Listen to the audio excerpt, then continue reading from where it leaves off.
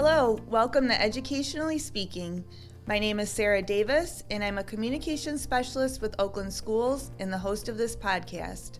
The goal of Educationally Speaking is to focus on important topics related to education here in Oakland County, Michigan. Thank you so much for listening in. Today we are going to talk about school aid funding and exactly how it works. It's important to discuss this because there are so many misconceptions about this topic. Helping to debunk those will give us all a better understanding of how schools are funded, which in turn can make us all better advocates for our youth. Here with us today we have Lisa Hansknecht, Oakland Schools Director of Government and Community Services. And if you want to know the ins and outs of school aid funding, this is the woman to talk to. Lisa has spent 30 years working at the state capitol in Lansing, the last 20 of which she has spent specifically doing work related to education policy. She also serves as a member of the steering and technical committee related to the School Finance Research Collaborative, which we will discuss later on in this program. Lisa, thank you so much for being here today. Thanks for having me. I appreciate it.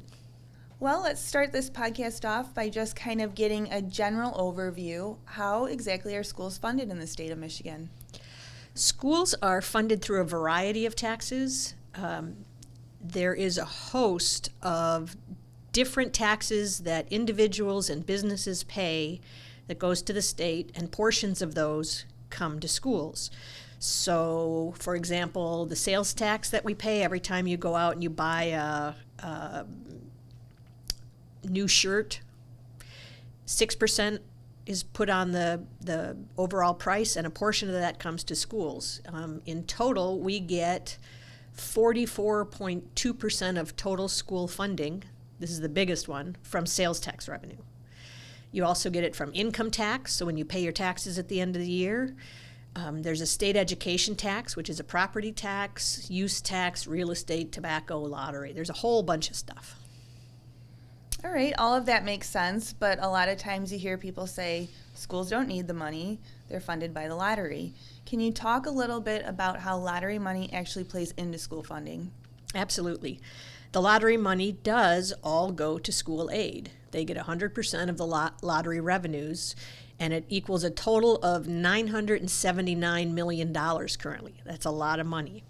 But when you look at the total amount of school aid funds, the total amount, that's only 7.4% of all of the money that goes to schools. So yes, we get all the lottery money, but it's only a real small piece of that pie. Okay, very interesting. So those are the ways that school money is collected, but when it comes in, then where is it allocated? School aid goes out to through the School Aid Act. It's a budget bill they have to pass each year. And in total, you're talking about over $13 billion that they divvy up in different ways to go to our schools. The biggest way is the foundation allowance, and that's what most people hear about. That's the roughly, say, $8,500 per pupil that schools get. So if you have a school with 1,000 pupils, multiply that by 8,500, that's how much they get.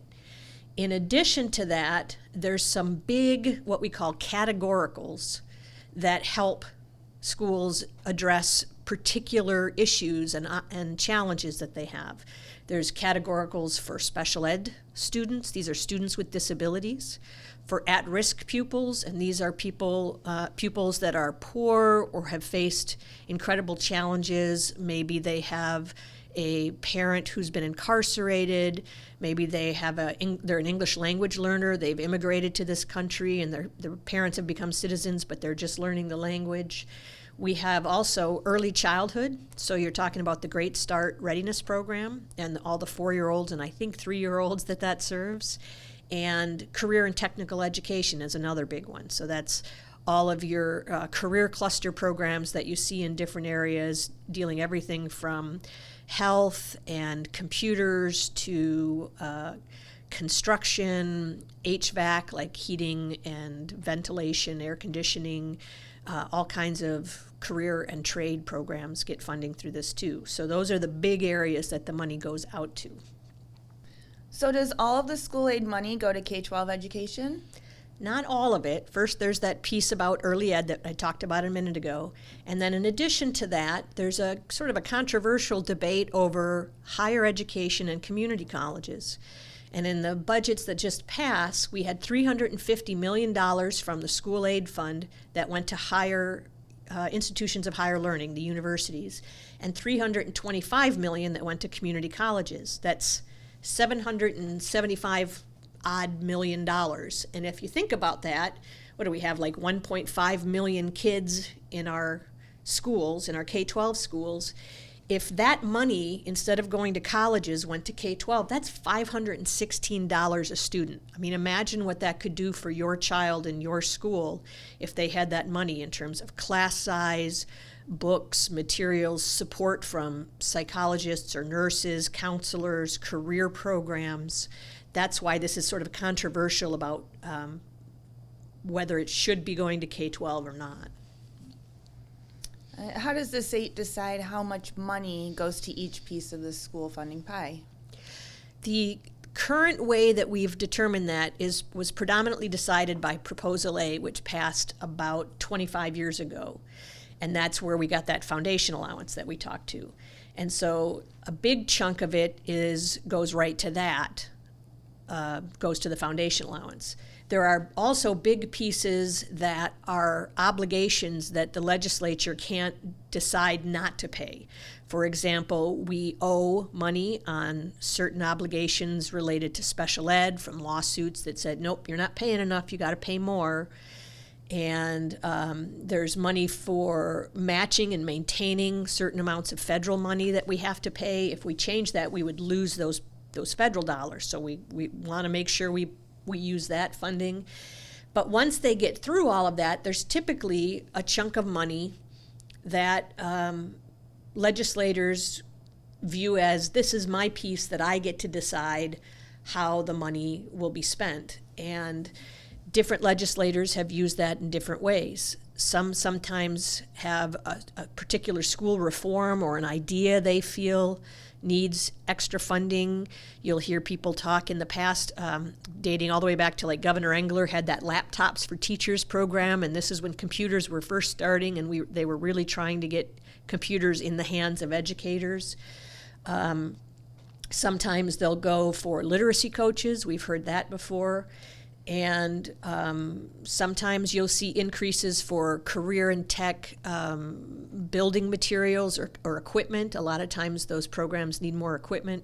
So this is the sort of discretionary pot of money that the legislature decides what to go. And the problem with that is this is where we kind of shoot ourselves in the foot, because all of the different education groups who all mean well all go to the legislature and say, I'm underfunded. We need more money for CTE equipment, or we need more slots for early childhood education. We need more kids to be able to have access to these programs. And what ends up happening is the legislature hears from 4 different groups that all say they need that little piece of the pie that's left after all the obligations are paid. Maybe school counselors or psychologists come forward. I'm not trying to pick on any particular group, but just all of these groups know the problems that they're facing, and so they come forward and speak out about those problems. And to the legislators, all they hear is this tug of war about who should get this last piece of the pie. When we arm wrestle all that, what we really should be doing is thinking about, what does the research say?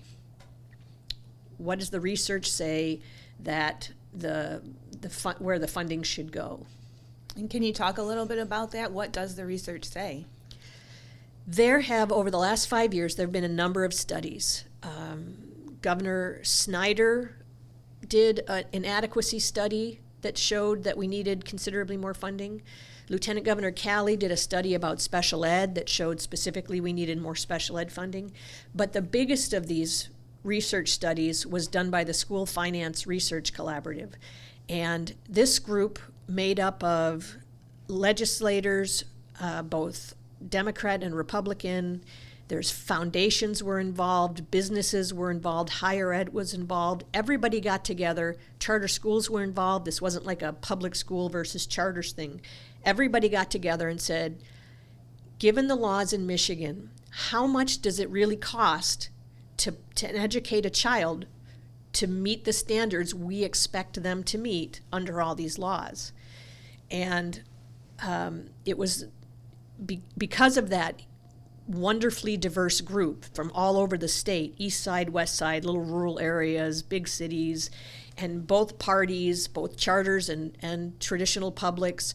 Because of that, there was a lot of emphasis on the credibility and making sure this was a truly good study done by the best people in the nation, and that's what they did.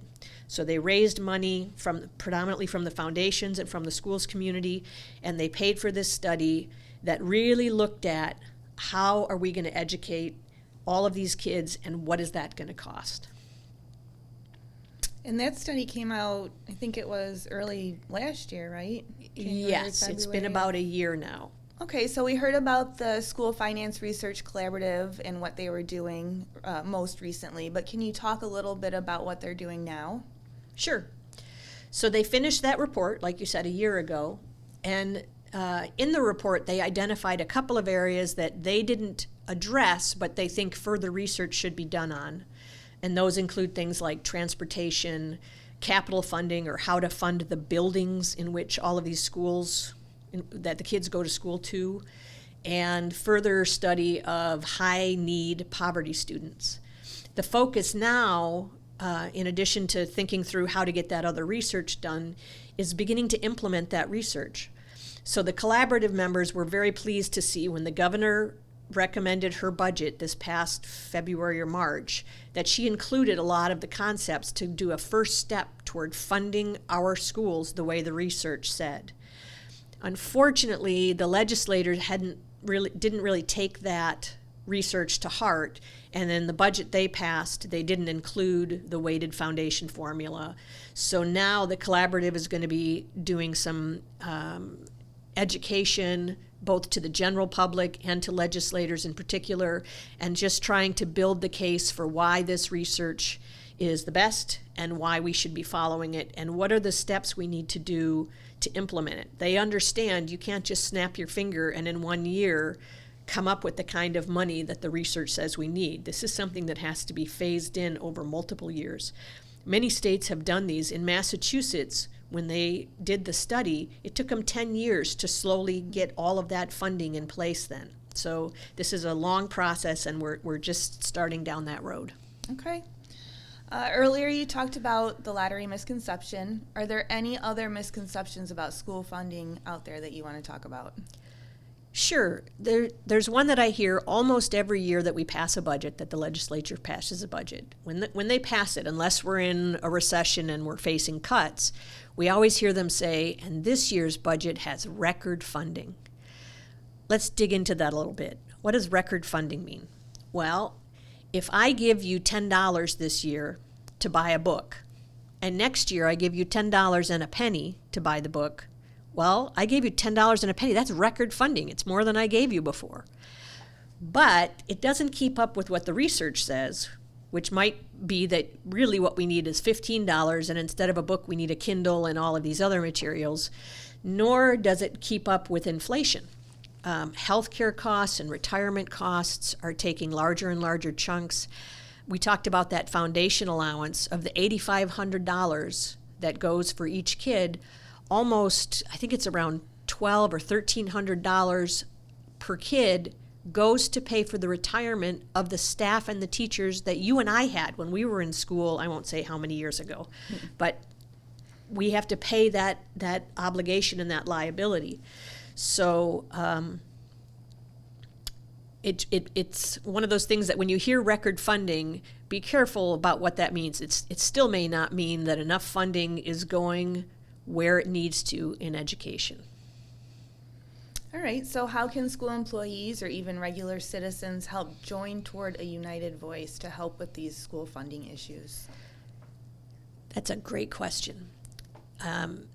One of the things we need is everybody to get on board with the same message, and in some ways a new message. Currently, like I said, everybody is arguing for their piece of the pie. They're arguing and they're saying that last piece of the pie that the legislators determine, that discretionary piece, The most important thing for it should be early ed or CTE or more school counselors, whatever it is that, in all fairness, that's what they know about and they understand the challenges they're facing. By arguing over that last piece of pie, we're kind of missing the boat. What we need to be saying is we need a bigger pie. It's not that that last piece of discretionary funding should go to any one of those areas. All of those areas need the funding according to the research. So instead of arguing over that one piece, we need to be saying it's time for a bigger pie. And so if everybody were to reach out and try to build a relationship with their legislators, not just when you need something, not just when you hear about some law that you don't like and you want to go and, bend their ear, but also, a lot of legislators have coffee hours every month. And you can go, and it may not always be about education. They may be talking about roads funding or health care. But if you start listening and just offering your comments, whatever they may be, and the legislators start seeing you regularly, they start recognize you as a human and not as just someone who's mad about something. One of the great things that school employees can do when they go to these is talk about those particular struggles. When each of those different kinds of groups of people come forward and say early ed or CTE, they'll say it because they're seeing a particular challenge. Our CTE equipment isn't the kind of equipment that business is using. And that means our kids are not being trained the way they should be. That's all true. You can still say that, but instead of saying, so give us that last piece of pie, the message is, so we need a bigger pie so we can fund this and all the other priorities. And that way, instead of us all competing against each other, we're all working together. I really like that advice, Lisa, especially the part about meeting with your legislator regularly. So thank you. We're lucky to have someone with your budget expertise to talk to. These kinds of topics can be confusing, so I appreciate your clarity. Well, it was a pleasure being here anytime. This podcast was brought to you by Oakland Schools Intermediate School District's Communication Services and produced by Media Production and Distance Learning Manager Mark Hansen. Oakland Schools is a regional service agency that offers support services to school personnel which are better delivered regionally and provide cost, size, and quality advantages to those we serve. You can find more information on Oakland Schools at oakland.k12.mi.us. I have been your host for this podcast, Sarah Davis, and you can find this and future episodes of Educationally Speaking on Anchor FM. We hope you will join us for our next episode, where we will continue to bring you topics that affect every student, every day.